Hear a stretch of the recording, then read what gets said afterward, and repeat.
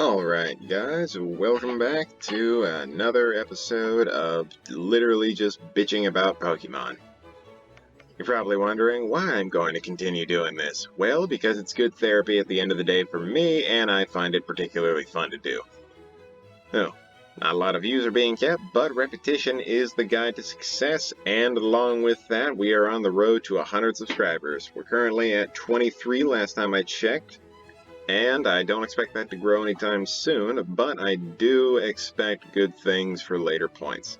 So, if you like the videos, go ahead and see if you like the other ones. If you've made a good enough assumption, you can go ahead and subscribe, and if you don't want to, well, it's your call. You can do whatever you want. I'm not really here to tell you no.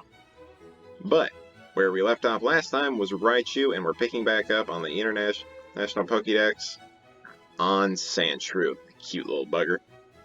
Now that we've hit the 1 minute mark, let's go ahead and get into the reviews for it. Now, the character design overall, I absolutely love for this guy. You thought I was going to be a bitch? No, I'm not. I love this little thing. It is so goddamn cute.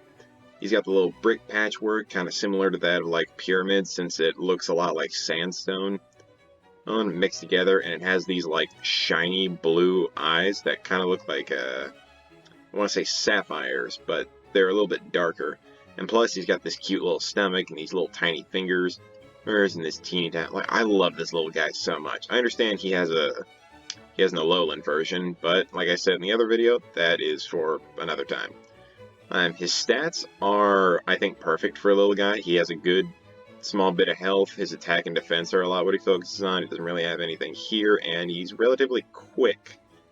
I mean, relatively is a big statement. And let's go ahead and read this. It loves to bathe in the grit of dirt, sandy areas. Aw, you'd be a good Pokemon for Toth. By sandbathing, the Pokemon rids itself of dirt and moisture clinging to its body. It's like a little chinchilla. Overall, the character design, I would give it a 9 out of 10. It's fucking adorable. I love this little guy. And yes, this is all completely based. Now, it actually has a second one. I didn't check. It burrows into the ground to create its nest. If hard stones impede its tunneling, it uses its sharp claws to shatter them and then carries on its digging. This one is a lot more just animal facts than anything else. But, like I said, 9 out of 10 for design-wise, and I love the little guy. He's so goddamn cute. Now, let's go ahead and move on to the next one. Sandslash. Ooh, the porcupine version of his fellows. His stats are pretty decent, goddamn. I need to look more into this guy next time I play a Pokemon game. Now, the overall design, they kind of ditched the blue for a lot more gray. He's a lot less huggable looking, mostly because he's pretty much a mix between an anteater and a porcupine, maybe a pangolin. And I think he's cool. I really like his cuter version a little bit better, so let's go ahead and read the description, get a good idea for what he's doing. The drier the area Sandslash lives in, the harder and smoother the Pokemon's spikes will feel when it's touched. So, he gets sandblasted. Like, literally just sanded. Sandpapered. He just... Alright, you do you. Oh, another one. They actually like you. It climbs trees by hooking on with its sharp claws. How the hell do you climb trees? You live in a sand area. Is there like a palm tree every once in a while in like the oasis? Is that a thing? Sandslash shares the berries it gathers, dropping them down to Sandshrew waiting. Aw, he's a good dad. Him's a good dad. I was going to give him a 7 and make him a little bit above average, but just for that, I'm going to give him an 8, because he's a good dad, he's a good evolution, and he's a safer evolution. Good for you, your stats are awesome. I need to look into you later when I go ahead and do my own run. Now, if you're wondering if any of you noticed that the numberings up here are a little bit different, that I have a smaller amount, it's because I kind of want to make the video a little bit shorter, and it ended off on an evolutionary line that I think is pretty cool. So, on to the next one. Nidoran female. Essentially, a hamster. This is a poison hamster. Poison dirt hamster. Polluted ground. Decent stats, more focused on defense and HP than anything else. And little blue with darker, I want to say that's purplish, purple a little bit, singular tooth, and red eyes. That is creepy shit. I don't know why rodents have those. A mild-mannered Pokemon that does not like to fight. Beware its small horn secretes. Beware its small horn secretes venom. Well then, why does it not like to fight if it just fucking bite? If it has poison right there. Oh, you don't have a second thing. Cool. I guess they just didn't like you. I think he's cute. I think she's cute. I actually do have a thing for hamsters. I fucking love the little guys. And if I could have a Pokemon as a pet, this one would be in the top 10 of, like, this thing. I would love this little girl. Overall, 8 out of 10. Adorable, and I really love the little girl. Nidoran. Nidorina. A little bit less cuddly. Stats evened out. HP is a little bit higher than normal. I gotta say, these middle evolutions are probably some of the least appealing amongst them all, because they look more like monsters, but they also have to retain that smallness to them that kind of gives them their own little thing. But let's go ahead and read the description. When resting deep in its burrows, its barbs always retract. This is proof that it is relaxed. Barbs as in, like, on its ears right here, and as in on its back. Those things go in. You'd be breaking the thing's fucking ribs if you went that far in. How the hell? Jesus. And it is... Oh, it's still poison. I totally forgot about that. I accidentally saw this little part right here, and I'm like, oh, it's poison ground. Huh. The change is pretty similar. I mean, there's not a lot. The lightening of the colors in the inner ears moves a little bit differently. Becomes a little less more hamster-like, and becomes a little bit more monster-like by losing the front tooth and the whiskers. And it gains more bipedal motion. Overall, I'd give this character a little bit of, probably a 5 out of 10. 5 out of 10 for this little girl. Girl, you're still a good pet, but you're not making my top 10 pet. You're not making my top 20 pet Pokemon. And finally, the evolution for Nidoqueen. I mean... Wait. Shit. Let me check. Nope, never mind. Back to Nidoqueen. And design goes a little bit from the monster that they were to a lot more humanoid kaiju-esque. It's a little strange that there's boob plating on it. I'm not even gonna try it on that one. Tough scales cover the sturdy body of this Pokemon. It appears that the scales grow in cycles. So, like, as in each one of them has their own little timer that they go off? Or does it start here and then work its way down? Got that dummy thick waist, yo, and got that thick tail. Hell, but no defensive measures. Like, aren't females of the species supposed to be like the fighters of the whole? Whatever. Actually gains the ground ability, and overall, nope, there's not a second one for you.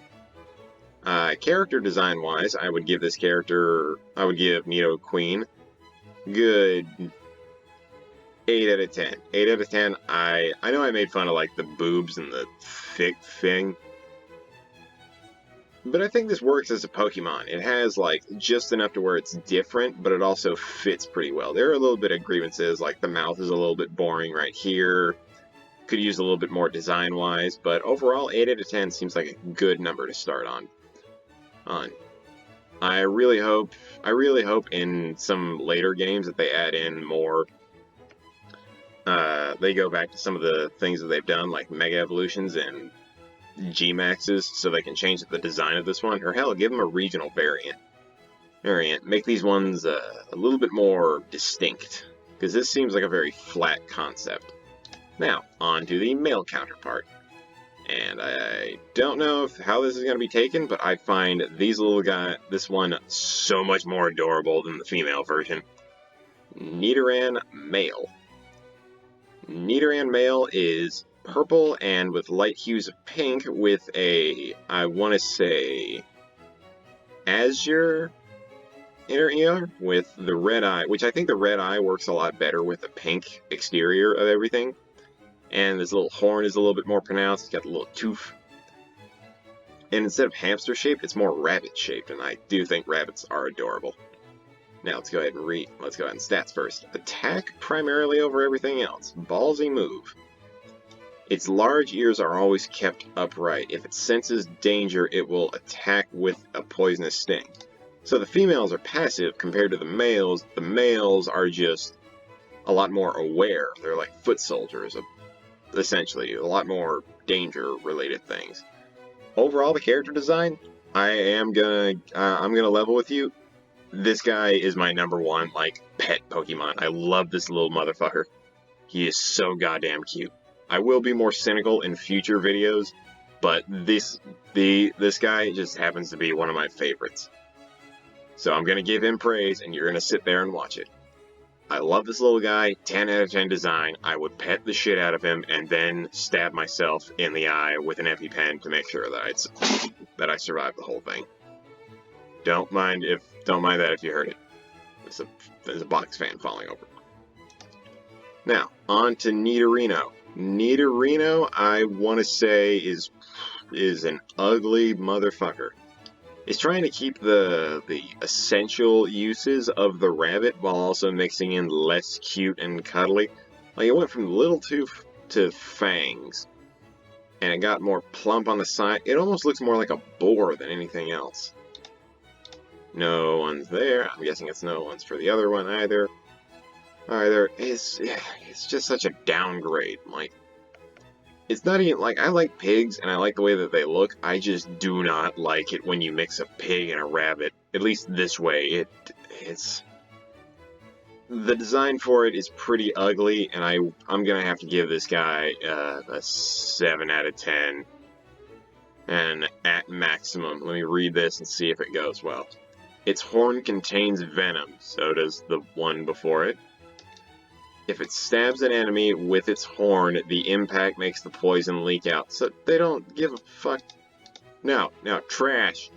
You are mid. You are less than mid. You are 4 out of 10. 4 out of 10. All 4 of those points go to the fact that you got big ears, and I like the color palette. 4 out of 10 at best. Even your stats don't really change all that much. Next Pokemon. And it's my absolute favorite Pokemon ever. Like, legit my favorite Pokemon ever. Ever. I know, you can say whatever you want. Fuck you. This is my favorite Pokemon ever. He's a good boy. He's big chunker. He looks like an actual kaiju from a monster movie. Now let's see if you have any of these. Nope, just the red one. Let's go ahead and read these. Its steel-like hide adds its powerful tackle. Its horns are so hard that it can pierce a diamond. That is a fucking description right there. That makes you badass. It makes you feel badass. Yes, you're 4'7", 136 pounds. You weigh more than I do. And you're like 2 feet shorter. Jesus. And your stats are fucking good. Like, that is a good stat build. I know it's like the same as everything else, where the attack is just a little bit higher than everything. But I love this guy. This would be like my Pokemon. If I were in real life, this would be my absolute... if I were a trainer or a gym leader, this would be my man. And I would be running like... You remember in Pokemon Black and White when you had to go to that, like, Thrasher Punk place where it was like... It was a port town. And then you go to that, the one chick who has, like, all the poison Pokemon, and she's like the singer of a punk band. I would do that, but it'd be a metal club, and this would be my Pokemon. This absolute Chad of a Pokemon. This Baragon-looking motherfucker. With the big tail, the stout appearance, the fucking arms that are actually useful, even though it's kaiju shaped, the big old ears, and the unicorn horn mixed with the actual teeth that make it look intimidating. I love this guy. His feet and legs actually look powerful. They don't just look like something's holding him up. I love this motherfucker. This is the one time every generation gets one score that I think is at above 10. And I'm giving this guy an 11 out of 10. I absolutely love him. He is my favorite Pokemon of all time. And I know he doesn't appear a lot. Even in his cards, there's not a lot of respect for him. There's just like this one, and not a lot else. Not a ton. Fun. And yes, if you're seeing this, I am thinking of the one Dolan Dark video. Go, Nidoking! Nidoking! What the fuck are those? I am imagining that, and I love the little guy so much more. But, for now, I'm going to go ahead and call it a day. Hey, this is my next one. We will be picking up with Clefairy, and for the next few, I don't think the number has been set up right now.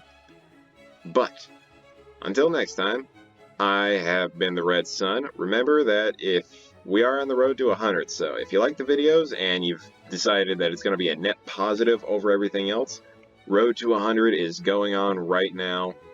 Now, we can do it, and you can do it too. Just sub if you feel like, and if you don't, it's no skin off my teeth. Now, have a nice day. The red sun's setting for today. Bye, guys.